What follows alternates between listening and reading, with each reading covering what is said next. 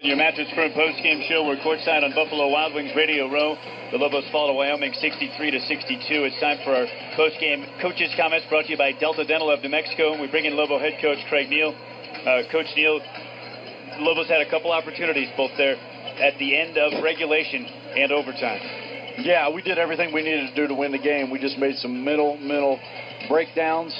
We didn't do the smart thing. We didn't make smart plays. We had a lot of heart, played very, very hard with a lot of great energy and a lot of heart, but we didn't play with our head the last possession in regulation, and didn't play with our head in the last possession when we threw the ball away. Guys got to start doing a better job with the young team. When we tell them what to do, they got to start doing what we tell them to do. And we've been dealing with that.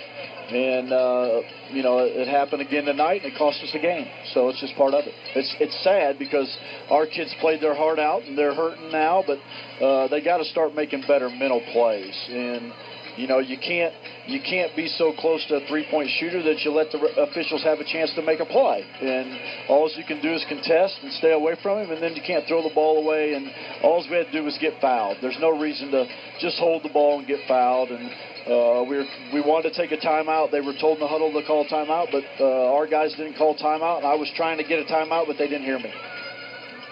Coach Neal, the Cowboys, it looked like they tried to do different things to get Nance going in the game. Well, they got him going. Yeah. In the first half, he did a decent job on him, though. Yeah, we did, but they started calling the whistle they started calling everything every time we touched him, and that's part of it. I mean, you're on the road, and you got to adjust to the whistle, and you got to adjust to how the game's called and how it's played, but that's part of it, and you got to grow up as a team and figure that out. And we didn't do that tonight, but I thought we had some good stops late. Anytime you can get up 5 and get up 3, and we had some good plays. We had two possessions where you're up 3 to win the game, and you let them hit a 3 or take a 3, and then we foul 3. And then we had a perfect opportunity. I wanted to call timeout to get the ball in bounds, but we didn't call it. Still got the ball in bounds, still got it to the guy we wanted to get to for them to foul, and then we made another pass that was turned over, and then that was the ball game. Wyoming wins it by 1. I did think that in terms of growing up, there were some things tonight that were very impressive. I thought Devin Williams was tremendous. He played some good defense on Nance in stretches, and then he hit a huge shot for you there. Yeah, and he had a big shot. He made big plays, and then I think we had a couple guys take steps back. We got to continue with consistent play, and then Goodman's hurt, and he said he couldn't go in the second half. So I don't know the extent of his injury. I'll find out that when we get home. Do we know what it is? It's his ankle, but I don't know.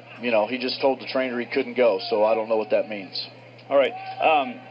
At the finish, a different look occasionally had a botch because of the foul situation guarding Nance? Yeah, we had to. We had to put somebody else on there because Devin was in foul trouble, and I didn't want to change up the rhythm. I didn't want to throw a freshman in there and Joe, and I'll find out from our trainer what the extent of Jordan's injury is, but he was a no-go in the second half. He just didn't think he could go on his ankle.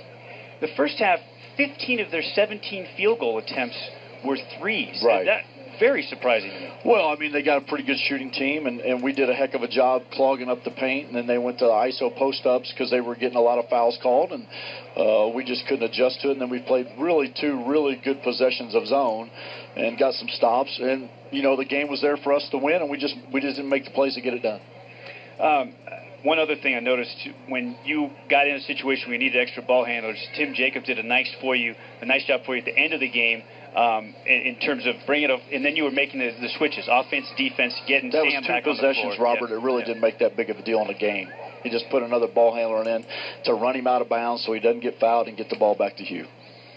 Well, Coach Neal, you've got a week now coming off of this road trip, and I know you had a chance to get a sweep here, but to split this trip, still not good. Plays. Not when you give a game away. That's not what we're about, Robert. We're about winning. We're about doing it the right way. Not real happy right now. And, guys that don't win championships are happy with splits. I'm never happy with a split. I want to win every game. So I'm not happy with the split, and, that's just the way I feel about it.